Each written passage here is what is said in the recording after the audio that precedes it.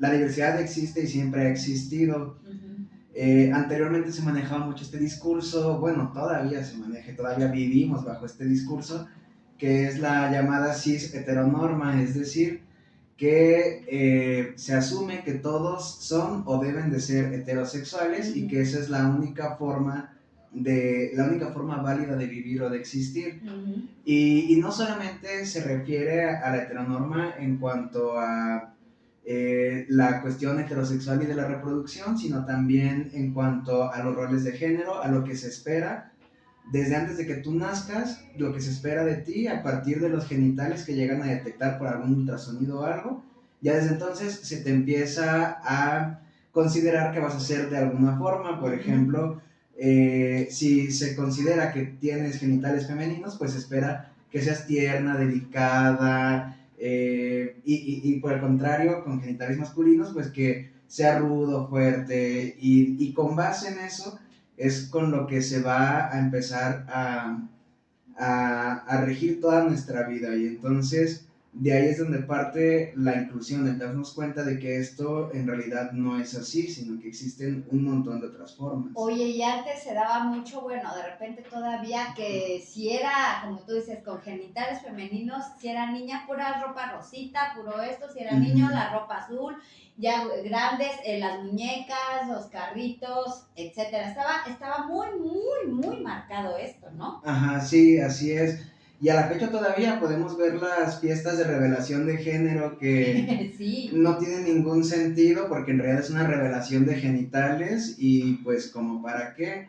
Y bueno, aparte de que en algunas de estas fiestas han llegado hasta contaminar cascadas que pintan el agua para que sean de cierto color, en realidad son tradiciones o son costumbres. etiquetas. Yo creo que los mexicanos somos, y bueno, no solo los mexicanos, pero definitivamente en Latinoamérica creo que nos ha costado mucho más trabajo entender la diversidad, ¿no? De que pues no necesariamente tiene que ser el rosita, no necesariamente tiene que ser el azul, ¿no? Ajá. Digo, ahora antes, en mis tiempos, déjame platicarte, en mis tiempos si tú le llegabas a tu mamá y le decías, mamá, es que yo no quiero una Barbie, yo quiero un carrito, uy, casi de, ¿qué te niña marimacha y todo? Bueno, no me gusta utilizar esas etiquetas, pero es que así se utilizaban, ¿no?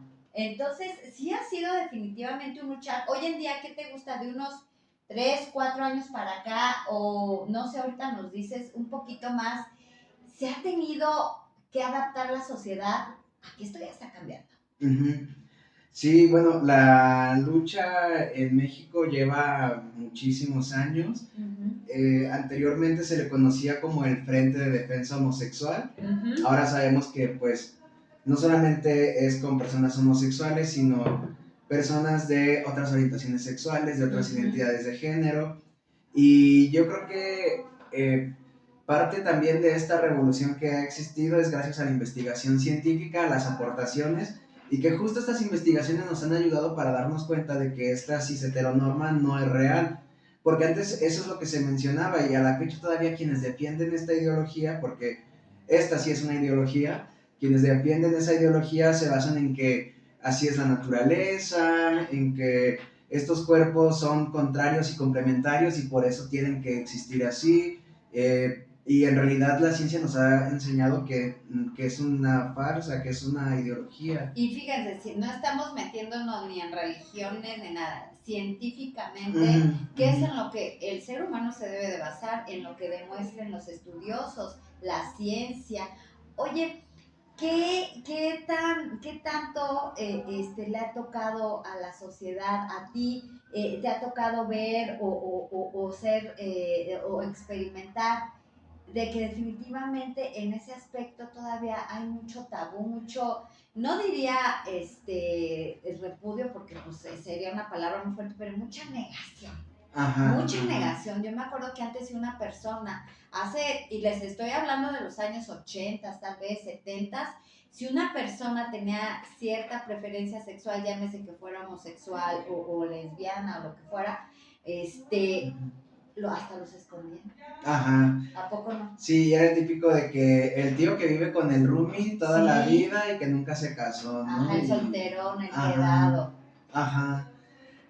Bueno, me decías de que qué me ha tocado a mí vivir de Sí, sí, esas sí, por cosas. favor, dínoslo todo. Sí, bueno, pues yo me he desarrollado más en el ámbito académico, también en la Sí, consulta privada y bueno, como parte de mi trabajo, pues he estado en algunas universidades trabajando en investigación y pues me ha tocado ver que hace falta todavía un poco más de apertura en las universidades. ¿a poco sí? Eh, ¿Todavía hoy en día?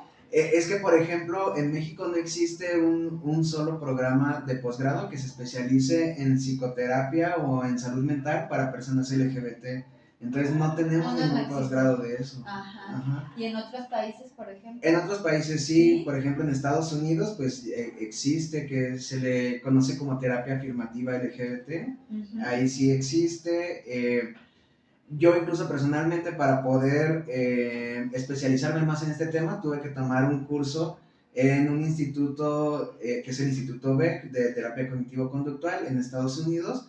Lo tomé en línea para poder pues tener esto que acá en México no nos dan este tipo de educación. ¿Por qué crees, bueno, por qué crees que en nuestro país de repente es mucha pues la resistencia a aceptar estos temas? ¿Será por todo ese tema tradicional de familia, por la cultura?